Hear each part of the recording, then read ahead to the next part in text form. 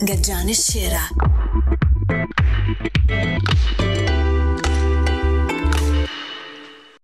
Mirëmbrëma dhe mirë se erdhët në MONDO. Bëhemi gati edhe sonte për të takuar me njerëz dhe mbi të gjitha me histori që bëjnë këtë Shqipëri edhe më elegante, edhe më të bukur.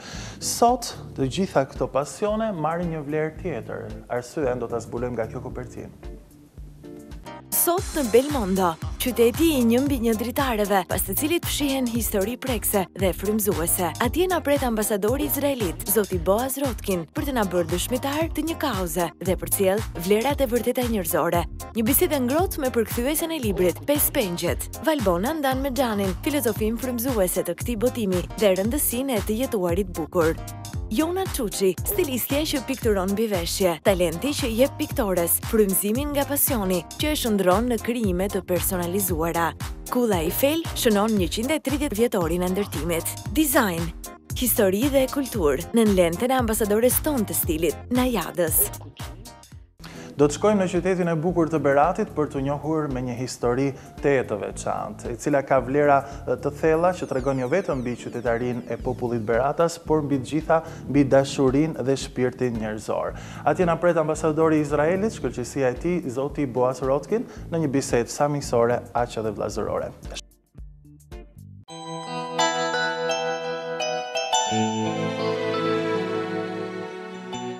Pas një mbi një dritareve ka shumë për të parë, dëgjuar e shijuar. Ka ende histori të pathëna, rrëfenja të patreguara, e shtigje të pasbuluara.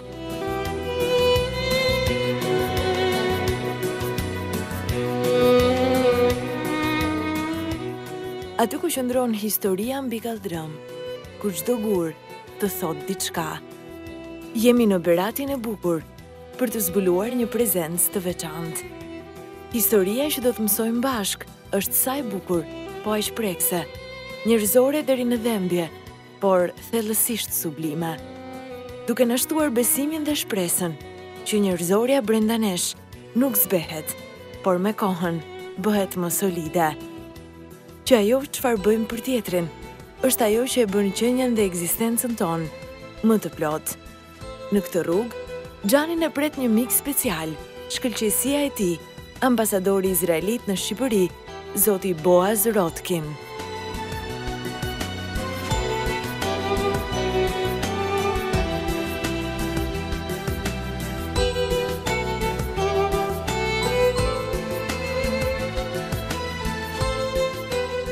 Mr. Ambassador, today we are in Berat. Zoti ambasador, sot ndodhemi në Berat. Është një qytet me një histori të lashtë, po aq sa dhe prezenca në fakt e embrejve këtu. Sidomos në këtë rrugë. Doja dija çfarë ndjesie keni teksa përshkoni këtë rrugë të kaldrëmt, e cila mban edhe emrin e popullit tuaj. When I walk here, I feel, Kur eci në këtë rrugë, ndjej që historia është e pabesueshme. Të gjithë hebrejt që erdhën në shekullin e 19, më shumë se 150 vite më parë, ndërtuan jetën e tyre në Berat, veçanërisht në këtë rrugë, pikërisht. Dhe ajo që ndjej sa herë që kthehem këtu si ambasador i Izraelit, ndihem krenar dhe i nderuar të eci dhe të shikoj lagjen si është. We feel the history today, especially. Këtu ndjejmë historinë jo vetëm për emrin që ka sot kjo rrugë, por është në fakt e gjithë prezenca e tyre që ndjehet ende edhe sot. Do doja të dija çfarë dini ju mbi jetesën e hebrejve, pikërisht në këtë lagje. Well, to be honest, there's not a lot known. Në të vërtetë nuk dihet me saktësi, sigurisht që janë disa familje këtu, por pjesa më e madhe e tyre kanë lëvizur në Vlorë, Tiranë, apo janë kthyer në Izrael dhe në Shtetet e Bashkuara të Amerikës. Pra nuk kanë mbetur shumë hebrej. Nga librat e ndryshëm historik e dim që ka qenë një komunitet i gjallë hebrej i vogël në numër, por i integruar më së miri me komunitetin vendës. Disa prej tyre mbërritën në shekullin e 19 nga Janina, jo shumë larg nga këtu. Gjatë perandorisë osmane, hebrejt panë shumë mundësi për të qëndruar dhe për të pasur jetë më të mirë në Berat, ku krijuan komunitetet e tyre të vogla. Është shumë interesant fakti që ndodhemi midis kishës dhe xhamisë. Kjo është e mrekullueshme dhe në fakt mendoj se është i vetmi vend ku është prezenca e tyre në të njëjtin vend, në të njëjtin rrugë, sidomos për simbolikën që ka. Ky është një simbol I harmonisë dhe I bashkëtesës këtu, hebrejt, të krishterët dhe muslimanët. And Muslims, good morning. Përshëndetje. Good. Përshëndetje. Especially people are... Në fakt e shohim se këtu njerëzit janë shumë të dashur, mikpritës po ashtu. And this is the feeling that the Jews... Kjo është ndjesia që hebrejt përjetuan kur erdhën këtu për t'u strehuar. Njerëzit nuk kishin qëndrim dashakeqes. Ata ishin të dashur, të ngrohtë, të qeshur dhe I mikpritën hebrejt krahapur dhe bashkëtuan në paqe e harmoni, ashtu siç Shqipëria është edhe sot.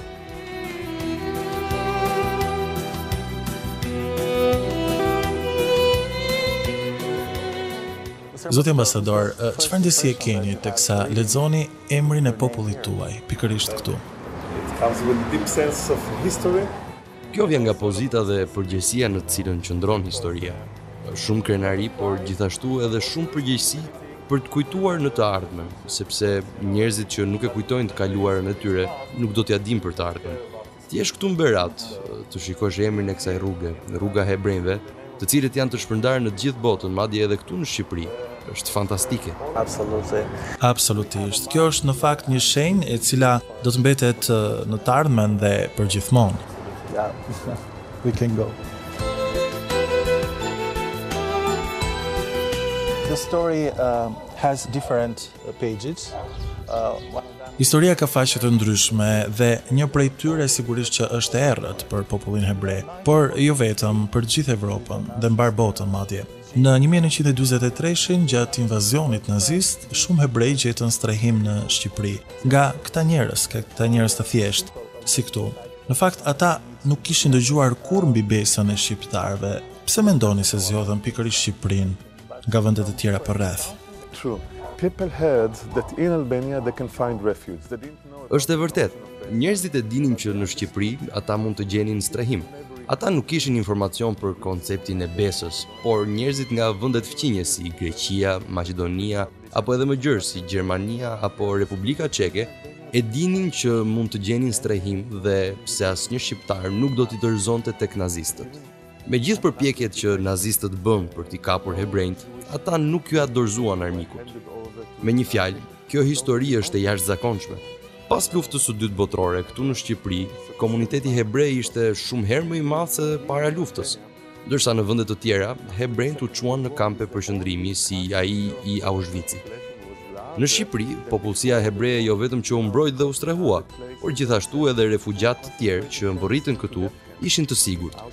Padyshim, kjo është diçka e mrekullueshme, të cilën nuk duhet ta harrojmë dhe që duhet ja tregojmë edhe brezave në të ardhmen. In fact, there is a modest... Në fakt, në Berat ndodhet një muze modest, fryti I pasionit dhe dashurisë për punën të një historiani si Simon Vrusho. Aty ka dëshmi të kësaj bashkëtese dhe shumë histori që dëshmojnë çka tham. Shkojmë dhe e vizitojmë? Le ta ndajmë edhe për publikun tonë. Absolutely.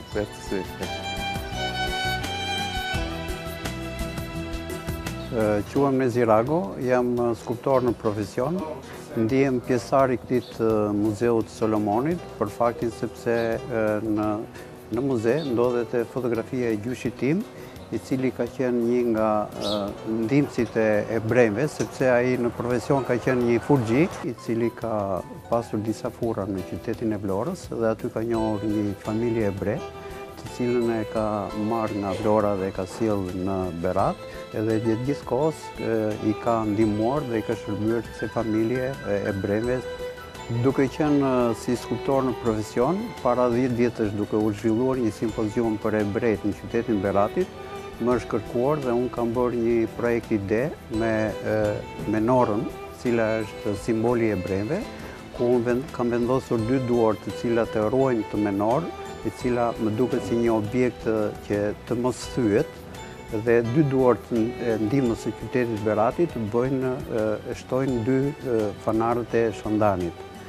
Por në të njëjtën kohë, unë jam edhe kuratori I këtij muzeumi, cila më është kërkuar nga zoti Simon, dhe thjesht ideja që unë duhet isha edhe një vazhdues I ndihmës së hebrejve, si ashtu sikurse gjyshi im në kohën e vet ka bërë këtë ndihmën e hebrejve, edhe unë mendova që t'i jap diçka nga vetja ime për ngritjen e këtij lloji muzeu.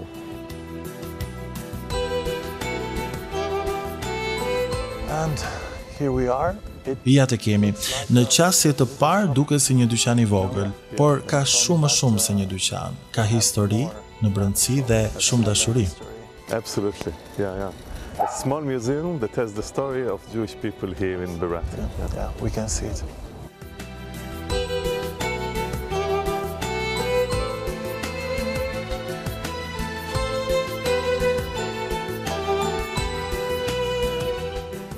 Here there are different pictures. Këtu shohim shumë fotografi në fakt që flasin mbi jetesën e hebrejve këtu, por jo vetëm kaq.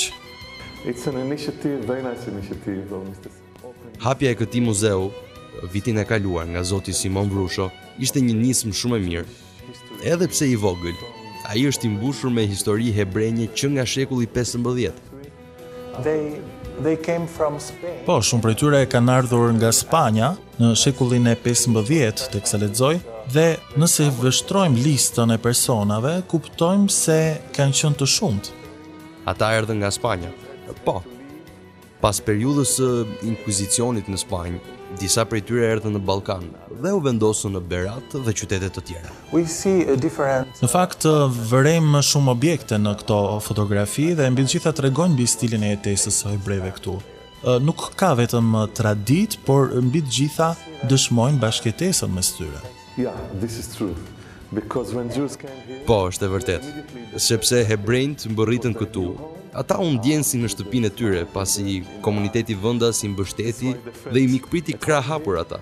Kjo ishte arsyeja që ata u ndjenë si të shtëpisë, dhe siç e shihni nga artefaktet, nuk kishte asnjë problem që hebrejt jetonin në Berat. living here in Berat.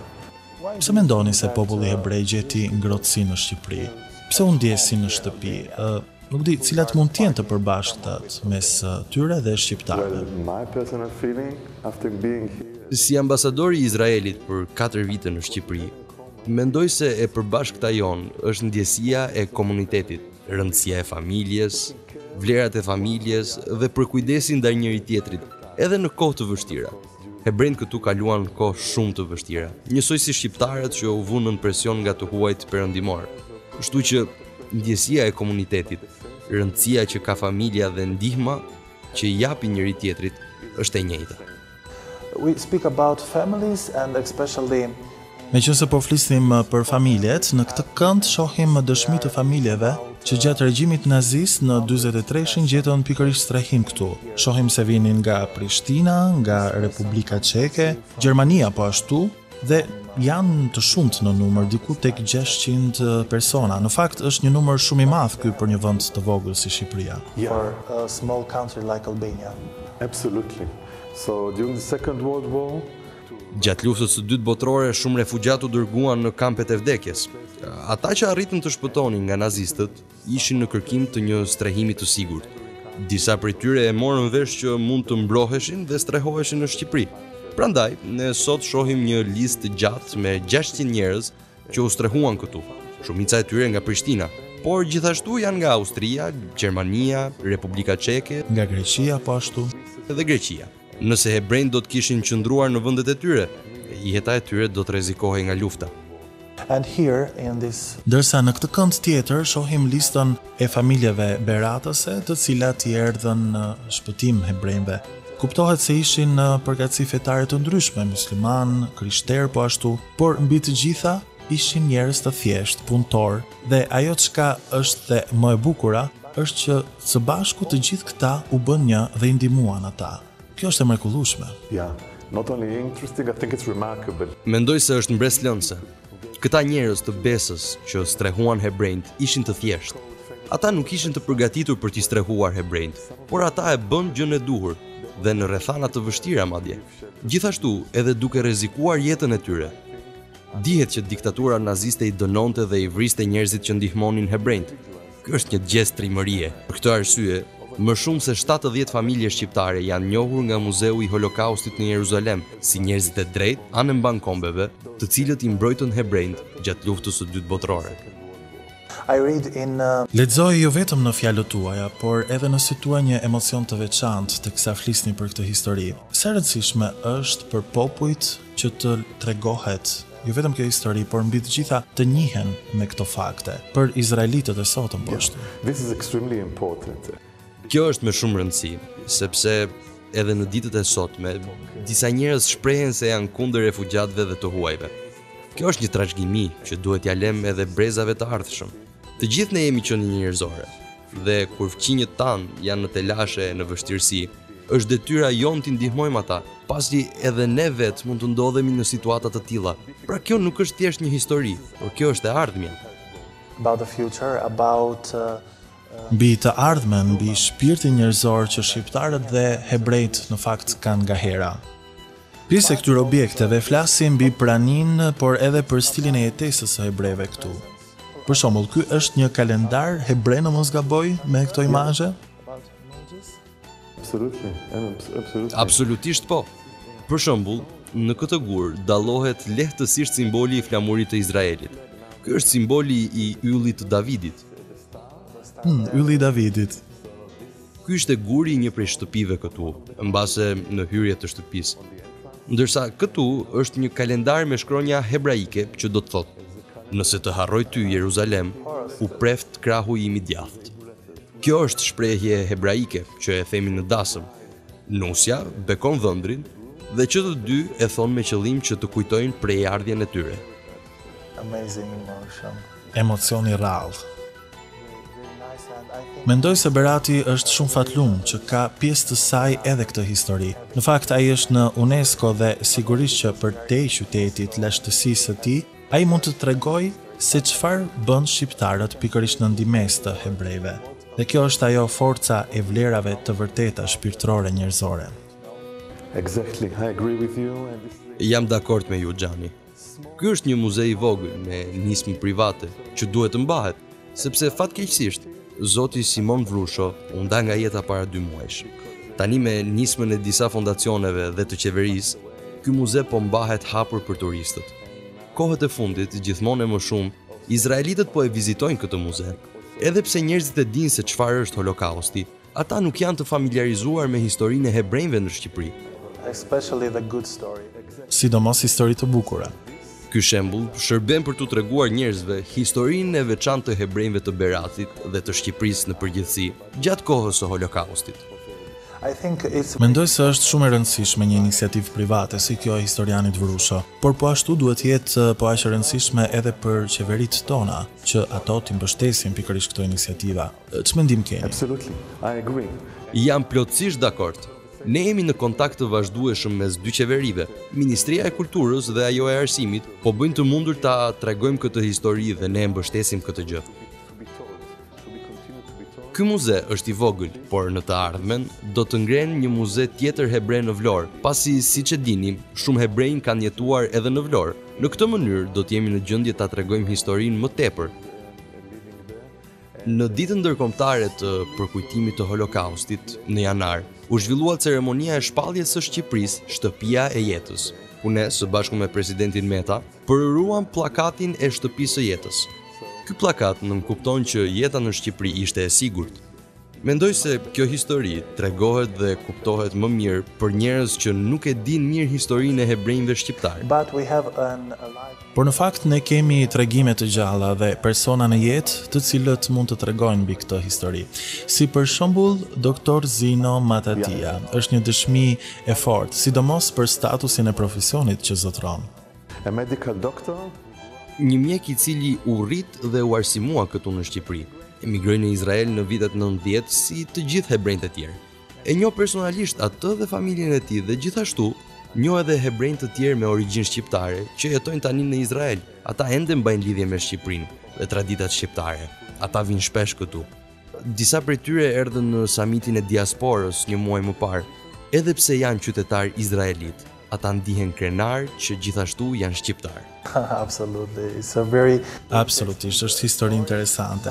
Në fakt, mendoj se ka rëndësinë e vet edhe prezenca e një muzeu të tillë këtu në Shqipëri, por nuk di a ka një të ngjashëm edhe në Izrael. Yeah, well, there is no Albanian museum, but of course... Edhe pse nuk ka ndonjë muze shqiptar, ekzistojnë muze të ndryshëm historik që tregojnë historinë e hebrejve në të gjithë botën. Gjithashtu nuk mungon edhe një kapitull i vogël për hebrejt në Shqipëri. Fantastic. So this Fantastike. Atëherë, po më thoni se ky cep I Ballkanit është prezencë në Izrael dhe me anë të tij në të gjithë botën, fal historisë së dashurisë dhe respektit. about the respect. Absolutely, Xhani, and you know more than this?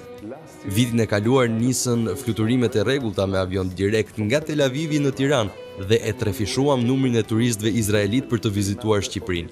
Vjet kishim 15.000 turistë, ndërsa këtë vit do të kemi më shumë. Fluturimet do të jenë më të gjata dhe gjatë gjithë sezonit nga prilli deri në tetor, ndoshta 20.000 njerëz do të vizitojnë Shqipërinë, duke shijuar ushqimin dhe bregdetin shqiptar. Ata do të mësojnë edhe më shumë gjëra për historinë. Ndjej që ky është një moment kyç në zhvillimin e marrëdhënieve mes Shqipërisë dhe Izraelit.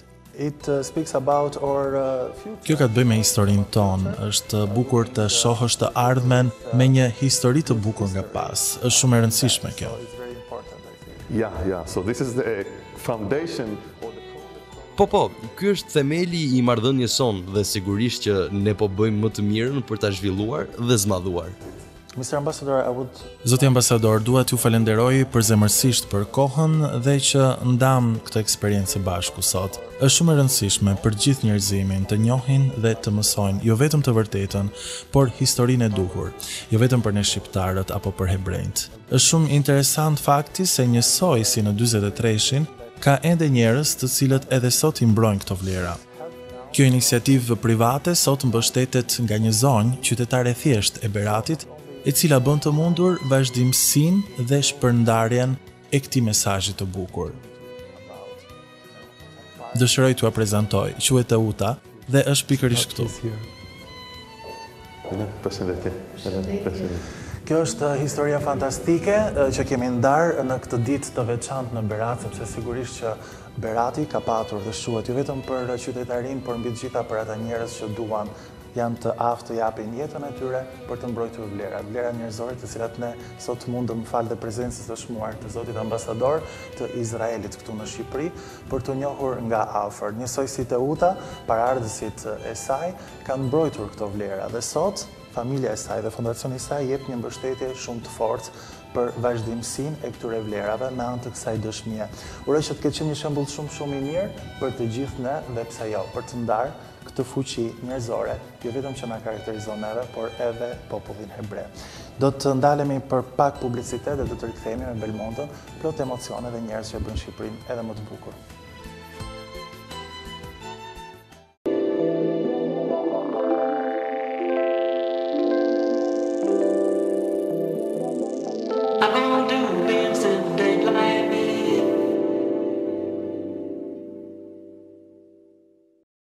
Është e vërtet në fakt. Jemi rikthyer në studio me një mikesh dhe sigurisht që folëm për vlerat e jetës, për të bukurën, të veçantën dhe mbi gjitha ato vlera njerëzore që bëjnë edhe jetën më të veçantë dhe japin atë domethënien e duhur. Në fakt, unë tani në duar mbaj librin e një botimi shumë të veçantë, sepse është jo vetëm që flet për jetën, por ka dhe qasje shumë ndryshe. Dhe këtu kam ftuar zonjën Valbona Nathanaili, përshëndetje. Përshëndetje. Mirë se erdhët. Faleminderit. E cila ka shqipëruar një botim me karakter shumë të fortë dhe të drejtë për drejtë, me sa lexova pak. Keni shumë drejt, libri është shumë I veçantë dhe vetë autoria është shumë e veçantë. Është një australiane, e cila fushës së krijimtarisë është futur së fundmi. Ka kaluar një përvojë afro 15 vjeçare, duke kujdesur për njerëz me sëmundje terminale. Dhe duke kujdesur për ta, ka theksuar shumë anën humane të marrëdhënies me pacientët ose me klientët, në njëri quan edhe klientët sepse faktikisht ka qenë punë. Por ndërkohë gjithmonë duke I mshuar këtij aspektit human të marrëdhënieve. Dhe në këtë aspekt, në këtë dimension human që ka arritur të krijojë me pacientët e saj, ka zhvilluar biseda nga më të ndryshmet. Një nga bisedat ose tematikat kryesore të këtyre bisedave ka qenë çfarë pengu keni pasur në jetë, çfarë ju ka mbetur, po, këtu ka marrë edhe titullin libri. Çfarë do dëshironi ta bëni të ndryshe nëse do I jepej mundësia. Dhe burire nga një paciente tjetri që shumë nga këto pengje, shumë nga këto gjëra që ato do kërkonin t'i bënin ndryshe, përsëriteshin. Filluan të bëhen familjari, kam dëgjuar dhe herë tjetër thoshte, megjithse me tone të ndryshme ose me dhimbësuri të ndryshme ishin të ngjashme. Ndërkohë, jemi gjeografikisht për t'i dhënë edhe një lloj lokacioni edhe kulturës dhe traditës, ku zhvillohet pikërisht kjo ngjarje, jemi në Australi. Jemi në Australi, me mijëra kilometra larg, të duket sikur është një shoqëri krejt tjetër, por duke shfletuar libri kupton se sa të ngjashëm jemi. Pavarësisht, do të thënë, fakti që jemi qenie njerëzore, kemi të njëjtat nevoja, krijojmë marrëdhënie me njëri tjetrin, hymë në këto marrëdhënie, kërkojmë të përmirësojmë, të ndryshojmë dhe shef që ka shumë ngjashmëri.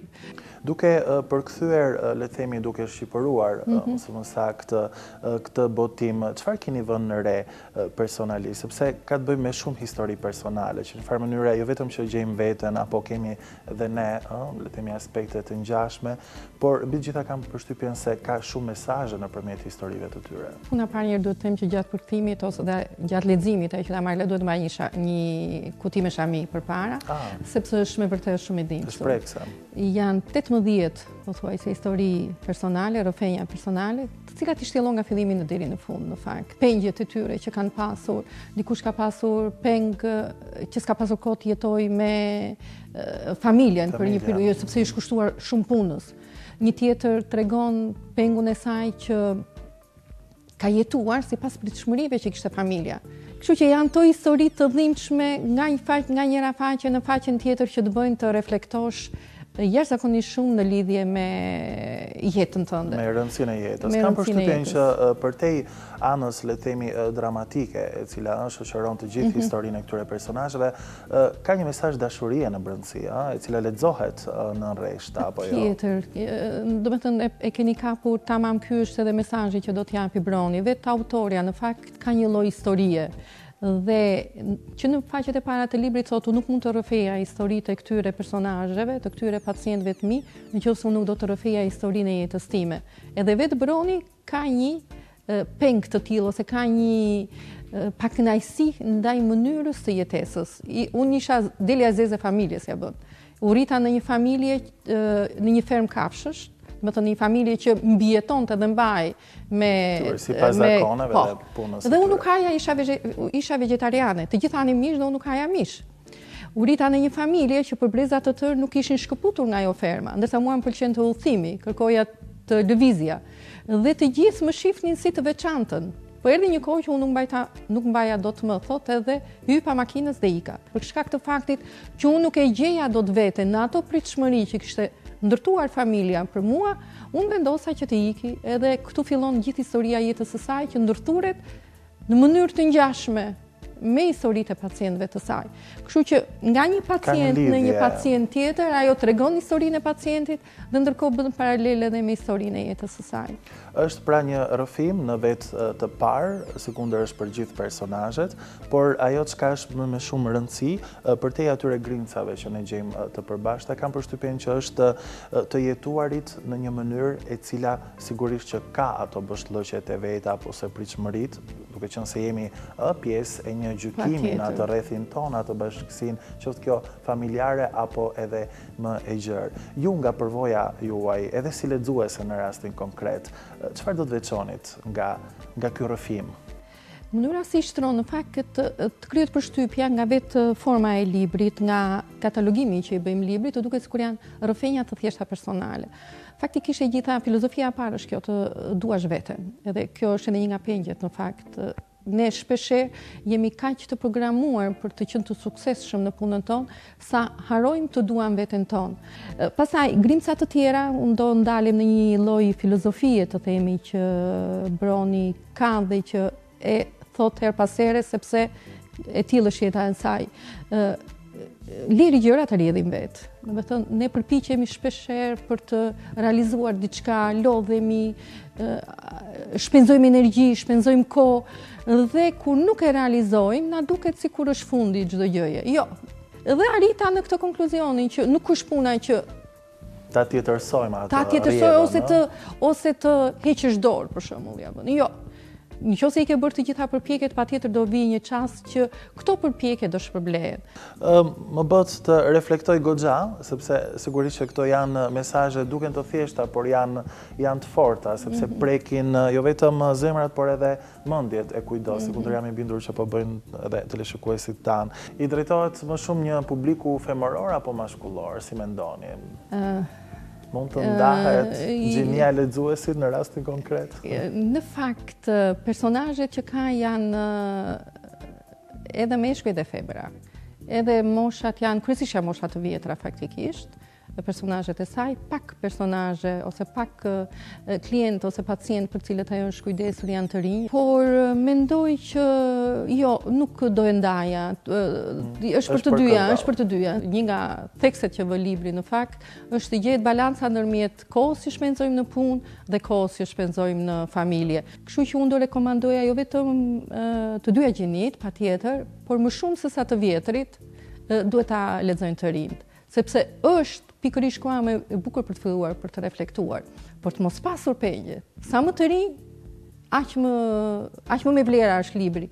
Është shumë e bukur gjithçka ndatë me ne sot, zonja Valbona. Unë ju falenderoj jo vetëm për prezencën tuaj, por për mesazhet që ndatë me këtë hulumtimin dhe punën tuaj që ka të bëj jo vetëm me histori të ngjashme nga Australia në Shqipëri, por për këto vlera njerëzore, të cilat sigurisht që nuk njohin kufi, nuk njohin flamuj, por janë një, sepse bëhet fjalë për njerëzit. Dhe jemi ne që kemi drejtimin e jetës tonë në dorë, kështu që duhet ta jetojmë më së miri.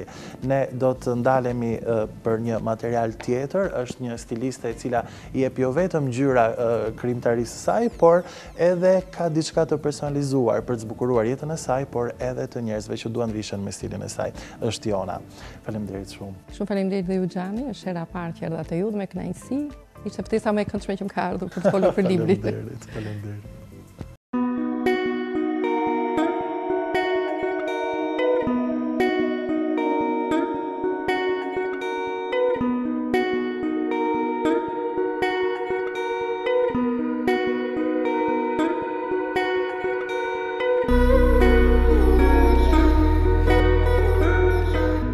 Mirë se erdhët në atelien time, unë quhem Jona Çuçi. Kjo është pak a shumë në gjithë bota ime, çdo gjë që mua më rrethon në jetën e përditshme. Në atelien time përfshihen shumë ngjyrat. Ngjyrat gjithmonë japin jetë, kuptim të çdo gjëje dhe detyrimisht unë nuk mundem dot mos t'i vendos. Paçka se vetë personalisht më pëlqen ngjyra e zezë, ose më saktë ngjyrat e errta pak. Nëse do bëhet fjalë për të dhënë një këshill për klientët, paktën në pjesën time, ato që unë mbuloj gjatë ditës, në bazë të dëshirës që ata kanë, unë mundohem të krijoj një gjë në kolor. Aq më tepër që jemi në stin në pranverës, detyrimisht do t'i vendosim një ngjyrë veshjes. Duke qenë se unë ngjyra gjithmonë i kam prezent, nuk resh se si vendosuri dhe mbi një tesut. Çka do thot, unë punoj shumë me aplikacionet, me pikturën, përderisa kam mbaruar Akademinë e Arteve pikturën, e kam pjesë timen, detyrimisht e sjell atë dhe në veshjet e mia që u krijoj për klientët ose ato që bëj për koleksionet e mia të stinas. Fakti që unë dhe krijoj në sensin që bëj një prerje të një veshje të saktuar, fakti që mbi atë veshje bëj një aplikacion të tipit piktur, nuk do të thotë që është diçka e vështirë, impenjative, diçka që të lodh dhe mendon si do të realizosh të dyja këto. Mua të paktën kjo gjë më vjen natyrshëm për faktin që i krijoj dhe më pëlqen t'i krijoj dhe të bëj diçka unike të personalizuar. Në momentin që personi që vesh të krijim timin, mbetet i kënaqur pa diskutim, por dhe mbetet e diçka unike, do të thotë që ajo që ai ka veshur ose ajo ka veshur është totalisht unike në llojin e saj. Nuk ka një të dytë. Meqense jemi tek pjesa e pikturës, teknikat bazë të krijimit të një pikture duhet pasur parasysh tekstilit e suti që të jetë në material biologjik ose më saktë të jetë në set, në mëndafsh, të jetë në koton dhe në viskoz. Këto janë tre lloje materiale të cilat e pranojnë aplikimin e pikturës. Në materialet e tjera nuk qëndrojnë. Një nga momentet që unë shoh veten që piktura jo vetëm në telajo, jo vetëm në mur, zë vlerë dhe në veshjet e mia. Kjo ka qenë një moment kur unë e kam parë në proces në periudhën e akademisë të shkollës, ku aplikoja për mbrojtjet e semestrave dhe bënim punë të kësaj natyre, të ricikluara ose jo, të krijuara nga fillimi. Aty pash që mund të krijoja dhe mund të mendoja që një ditë të bëja për një person një gjë të kësaj natyre, domethënë jo të ishte thjesht diçka e shkollës. Kjo gjë nisi gradualisht, si fillim aplikoja mbi veshjet e mia, bëja një riciklim të veshjeve të mia. Kjo gjë i pëlqen edhe të tjerëve dhe filluan ta kërkojnë këtë gjë. Këtu një gjë të veçantë kishte edhe mendimi të tjerëve, bëhet fjalë edhe për pjesën e familjes dhe shoqërisë. Momenti që shikonin që unë bëja një riciklim ose momenti që më shikonin që krijoja diçka dhe mbi të i shtoja dhe një aplikacion të natyrës të riciklimit ose të natyrës së pikturës, në momentin meqense po flas për pikturën, çuditeshin dhe thonin si ka mundësi që ti e krijon një gjë të tillë. Kurse unë thoja, si ka mundësi që këta më thonë një gjë të tillë, sepse mua më vinte krejtësisht natyrshëm kjo gjë. E bëja shumë thjeshtë. Krijimet e mia të para kanë qenë riciklimet që s'kan lidhje as me periudhën e shkollës realisht. Isha në vit të dytë gjimnaz, mbaj mend, po. Ka qenë një periudhë ku xhinsi ishte shumë në modë.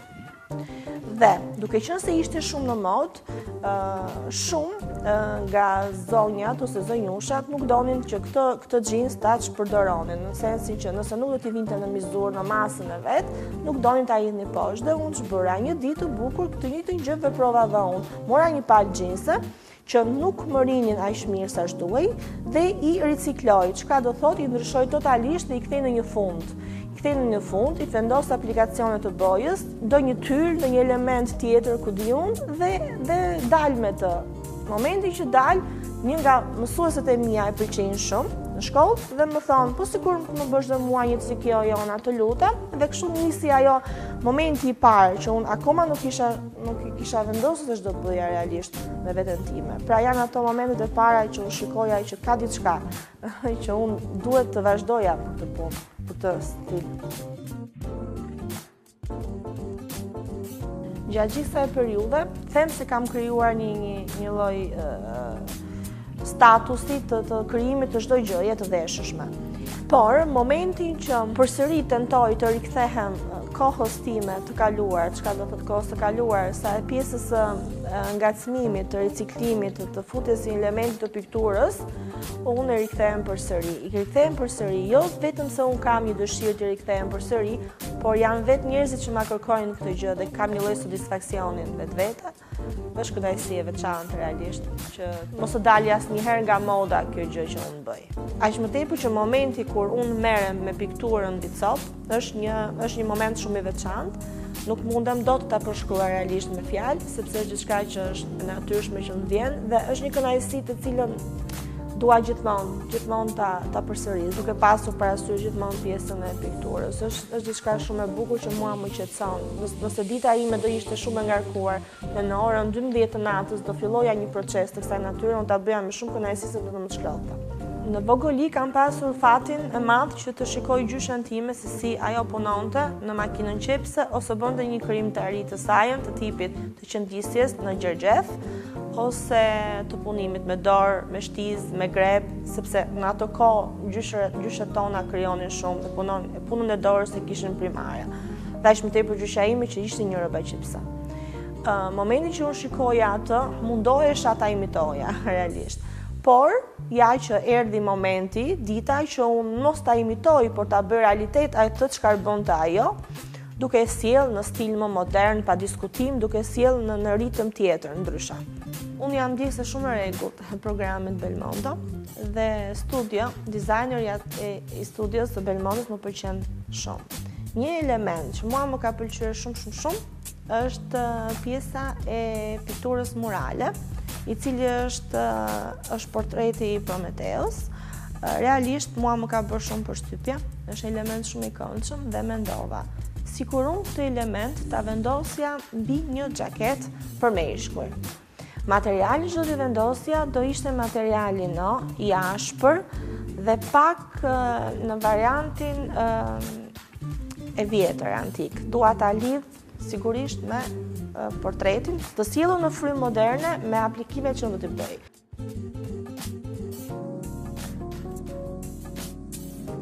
Faktikisht unë këtë gjë e kam bërë, e kam realizuar dhe do ta tregoj tani.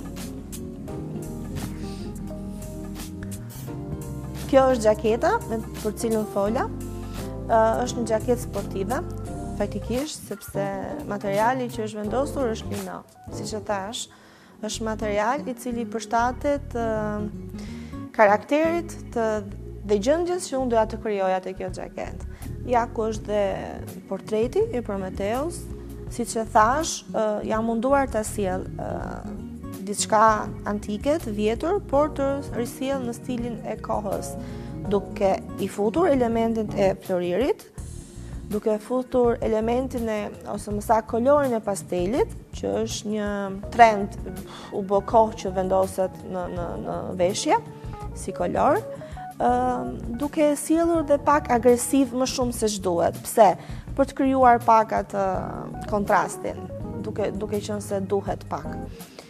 Besoj se është diçka e këndshme, gjithsesi ky është një lloj frymëzimi që mua më erdhi krejtësisht natyrshëm dhe mendova ta krijoj. Është si gjithmonë, si çdo moment i imi që më vjen një frymëzim, më inspirohem nga diçka dhe filloj dhe e shpreh. Është bukur kur dikush e merr, e vesh dhe shëtit me një xhaketë të tillë.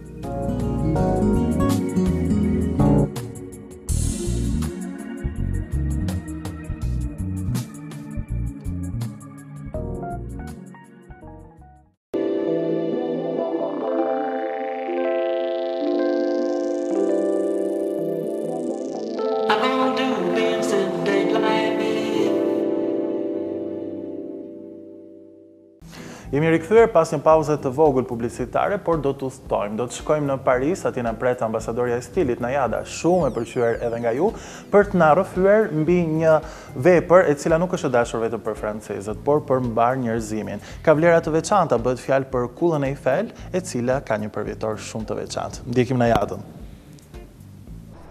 Përshëndetje Xhani, përshëndetje Shqipëria, përshëndetje nga sheshi Trocadero këtu në Paris. Në qoftë se vini në Paris, është një nga sheshet që ju duhet të vini patjetër, të paktën për disa momente, thjesht për të shijuar të pamjen spektakolare të Eiffel, i cili mbush 130 vjet këtë vit. Pavarësisht nëse është lindja ose perëndimi i diellit, është i garantuar fakti dhe suksesi i fotove tuaja dhe e di shumë mirë se çfarë rëndësie kanë fotot dhe selfit për ne shqiptarët. Këtë vit, Eiffel feston 130 vjetorin. Është ndërtuar në vitin 1889 dhe në ndërtimin e saj ka qenë struktura më e lartë në botë. Ka qenë struktura më e lartë për 41 vjet, deri në momentin kur është ndërtuar në New York në vitin 1930, godina tjetër më e lartë e asaj kohe, që ishte godina e Chrysler. Kulla Eiffel e gjatë 324 metra, duke përfshirë dhe antenat, dhe peshon 10.100 ton, sigurisht pa turistat. Turistat që janë gjithandej. Është shumë e vështirë të bësh një reportazh afër Eiffelit dhe në Trocadero pasi është plot me turista gjithandej. Shumica duke bërë foto dhe duke u munduar të bëjnë pozën e tyre më të bukur. Gjithsesi ne do të lëvizim, do të ecim paksa për të parë dhe pjesë të tjera të Eiffelit, duke thënë disa pjesë dhe fakte interesante për të. Na ndiqni.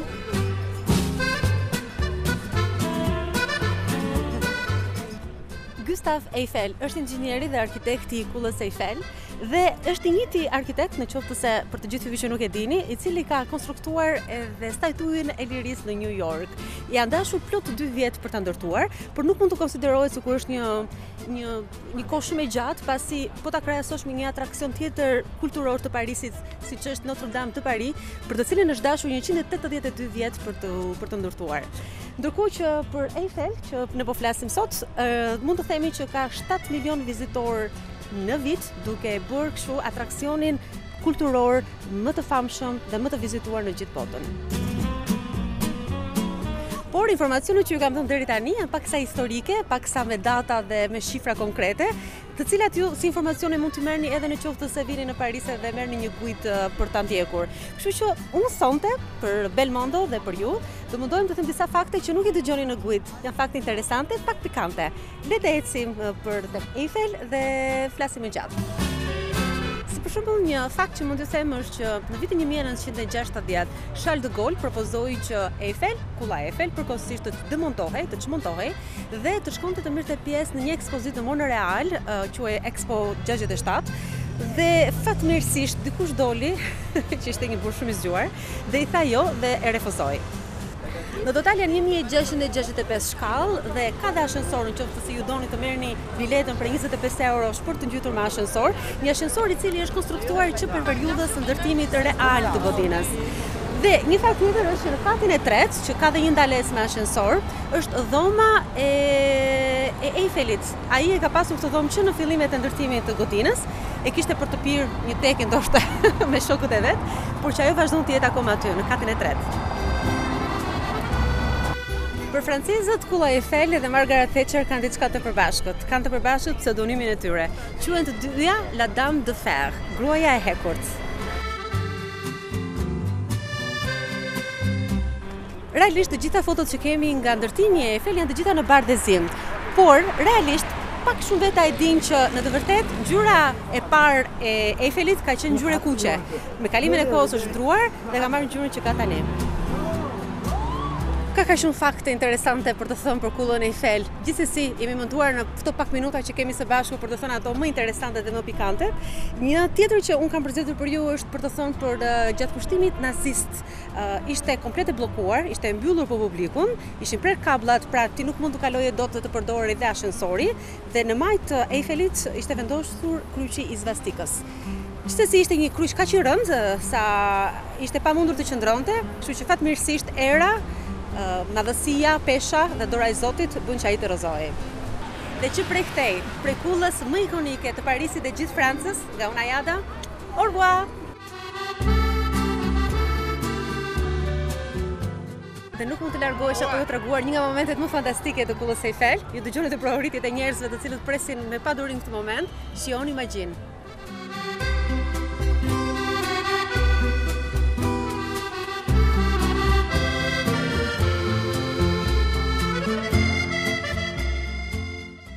Dhe me Parisin i ka ardhur fundi i takimit ton për sot. Ne do të ritakohemi për një bel mondo të shtunën e ardhshme këtu në Klan Plus në orën 19:30. Deri atëherë, natën e mirë.